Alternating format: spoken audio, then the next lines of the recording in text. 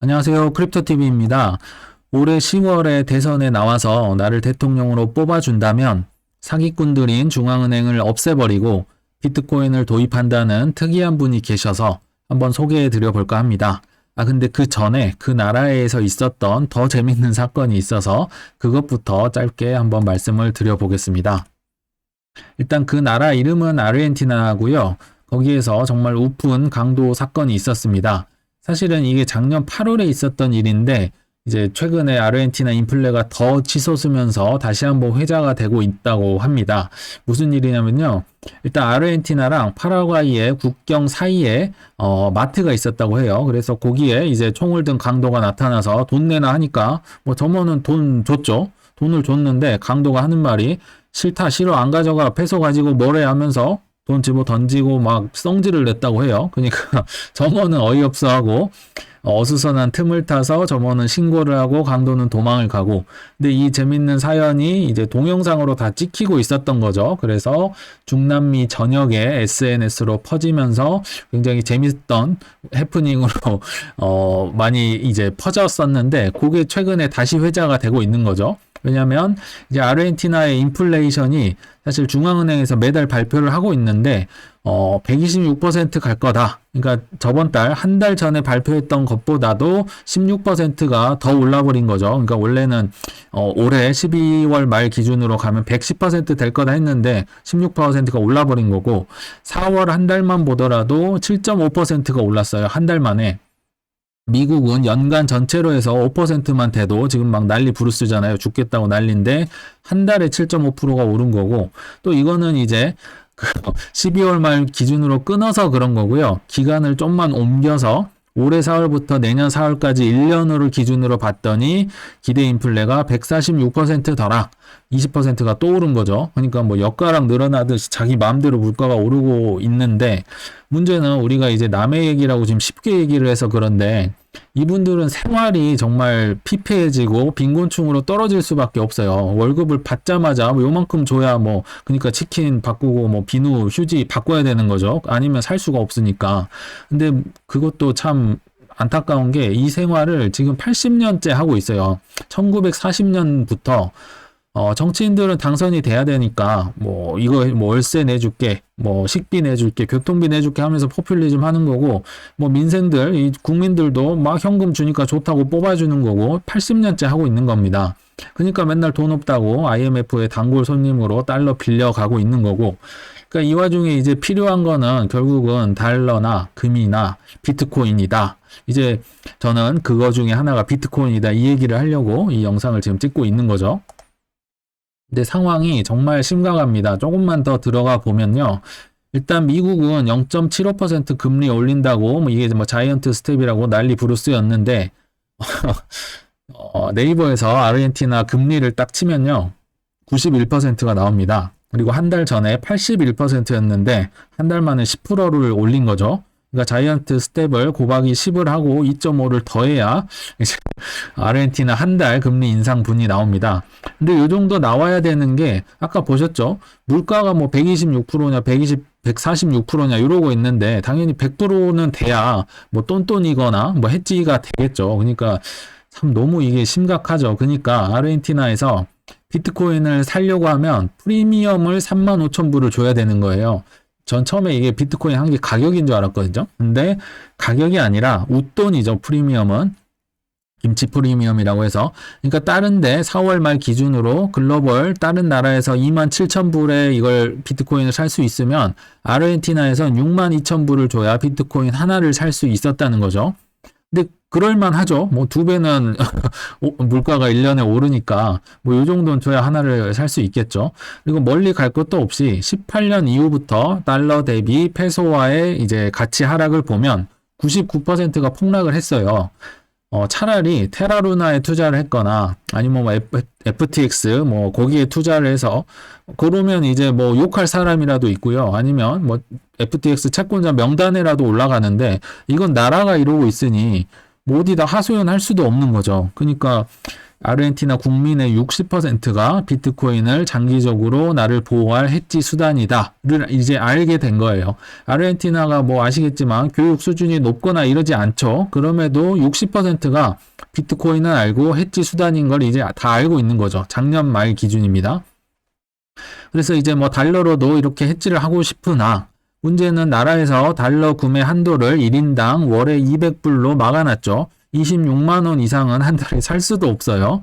그리고 달러를 해외로 송금하는 건 정부의 허가를 받아야 되는데 당연히 안 해줄 거고요. 그래서 이 와중에 이제 생각나는 분이 계시죠. 마이클 세일러라고 맥시멀리스트죠. 아르헨티나에서 사업을 하시다가 돈 다 뺏겼죠. 뭐 은행도 막히고 달러도 미국으로 못 보내고 하니까 정말 세무사랑 심각하게 그러면 요트 사가지고 미국으로 항해해서 갈까? 정말 요 생각까지 심각하게 하셨던 거예요.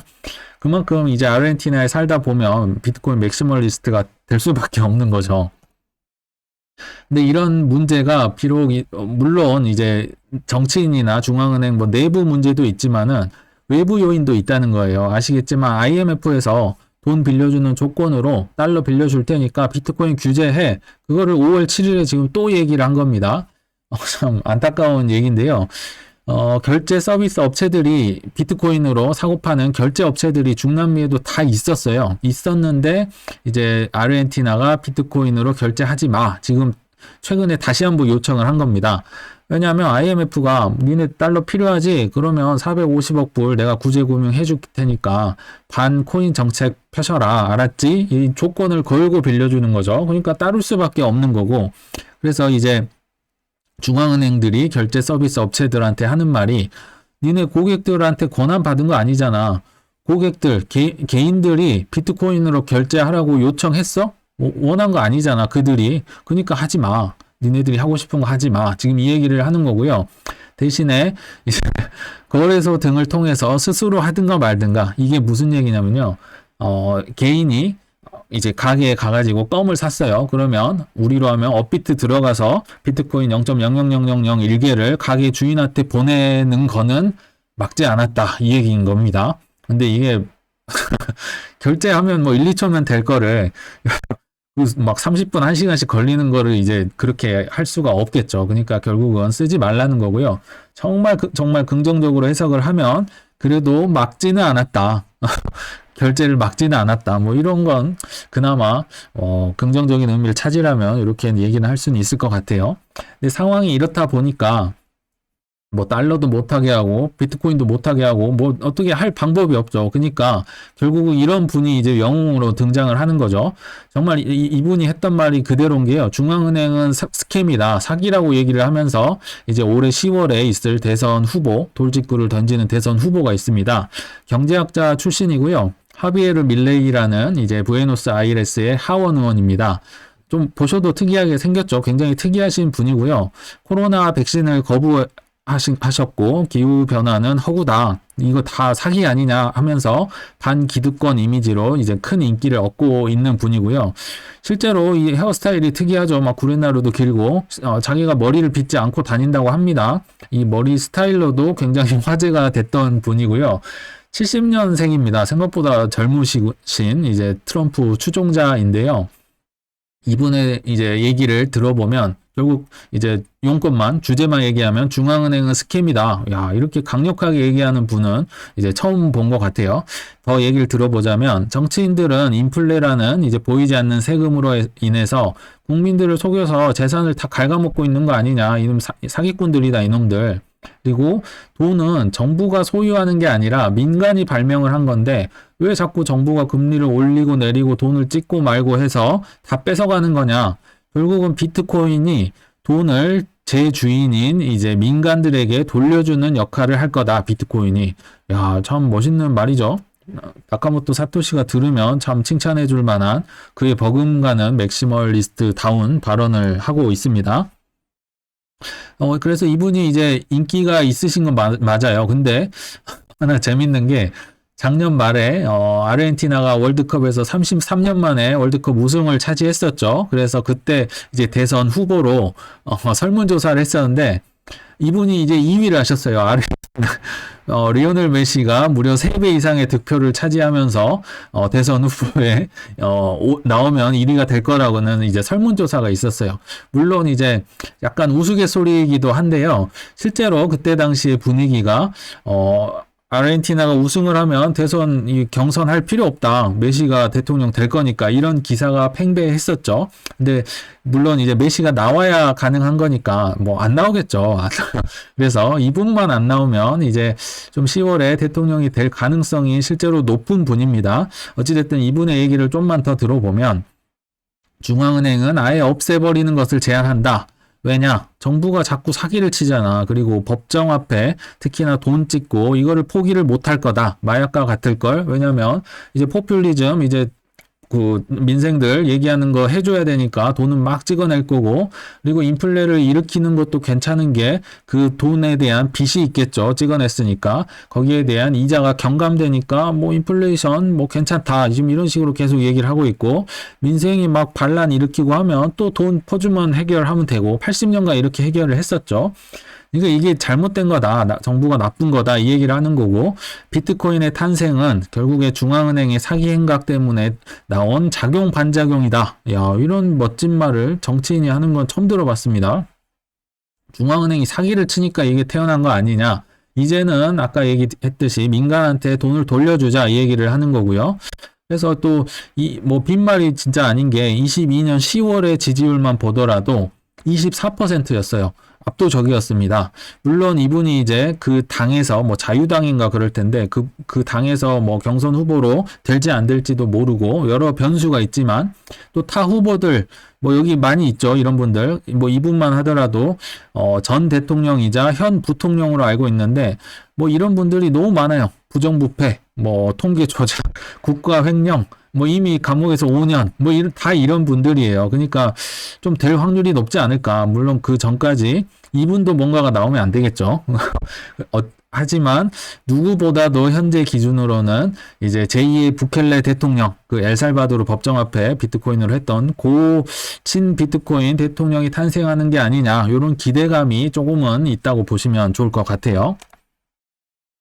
그래서 사실 뭐 아르헨티나가 친 비트코인 국가로 도약할 수 있다는 사실이 기쁘긴 하죠. 근데 그렇다고 이분이 올해 10월에 대통령에 당선이 된다고 당장 비트코인이 뭐 10만 불을 뚫는다든지 뭐 천지개벽이 일어나거나 뭐 이러진 않겠죠.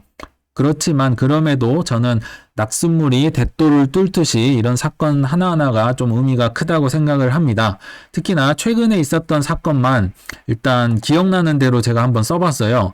일단 21년 9월에 엘살바도르가 처음으로 비트코인을 법정화폐로 채택을 했었죠. 그리고 22년 4월에 중앙아프리카 공화국이 역시 비트코인을 법정화폐로 채택했고, 22년 12월에 BIS 국제결제은행이 은행의 암호화폐의 보유를 2%로 제한하겠다. 그래서 25년 1월부터 이게 시행이 될 거라고 합니다. 근데 말은 이제 제한이지만 이 의미가 뭐냐면 IMF, 아까 뭐 BIS 뭐 등등이 코인을 죽이려고 해도 못 죽이니까 처음에 1%였죠. 근데 이걸 2%로 이제 은행들이 코인 갖고 있게 해줄게. 이제 허용을 했다는 자체가 큰 의미가 있는 거죠. 아까 IMF도 아까 못 막는다고 했었죠. 뭐 자기들끼리 알아서 거래하는 건 허용해줄게 그런 얘기 했었죠. 결국은 이제 막을 수 없다는 게 이제 만천하에 드러난 사건이었고요. 23년 4월에도 물론 작은 나라긴 하지만 국부펀드가 작년부터 비트코인을 매집을 하고 채굴을 하고 있더라. 심지어 FTX 채권자 명단에도 들어가 있었습니다. 그리고 러시아가 암호화폐 국제결제 방안을 계속 추진을 하고 있더라. 그리고 이제 올해 5월 최근만 하더라도 리히텐슈타인이라고 유럽에 굉장히 작은 나라가 있지만 세금이나 뭐 정부 서비스 이용하는데 비트코인 사용하게 해줄게 또 발표를 했습니다. 그리고 얼마 전 주주총회에서 이제 워런 버핏이 비트코인은 세계 기축통화가 될 수 없다. 물론 달러를 좋아하시긴 하지만 이분 입에서 비트코인을 싫어하시긴 하지만 이분 입에서 비트코인이 나왔던 자체가 사실은 의미가 있는 거죠. 뭐 예전 같으면 상대도 안 해줬겠죠. 그리고 중국이 그렇게 금지를 한다고 하지만 FTX 채권자 명단을 까보니까 8%가 중국인이더라.